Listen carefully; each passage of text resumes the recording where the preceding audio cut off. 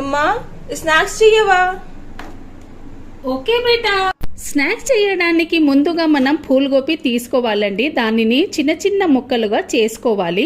ఎందుకంటే చిన్న చిన్న ముక్కలుగా చేస్తే మనము స్నాక్స్ మంచిగా అవుతుందండి. ఒక ప్యాన్ లో 2 గ్లాసులు వాటర్ వేసి మంచిగా ఉడకబెట్టాలి. అందులో కొద్దిగా ఉప్పు పసుపు వేసి మంచిగా వేడి చేసుకోవాలండి. మనం చిన్న ముక్కలు ఫూల్గోపి చేసినాం కదా, దాంట్లో వేసి మంచిగా ఒక 5 మినిట్స్ పెట్టాలండి. పెట్టి పక్కన తీసేయాలి. వేడి అయిన తర్వాత మనము పక్కన తీసేయాలి. దానిని పూర్తిగా చల్లార్చిన తర్వాత ఒక బౌల్లో తీసి మనము మసాలాలు పెట్టుకుందామండి.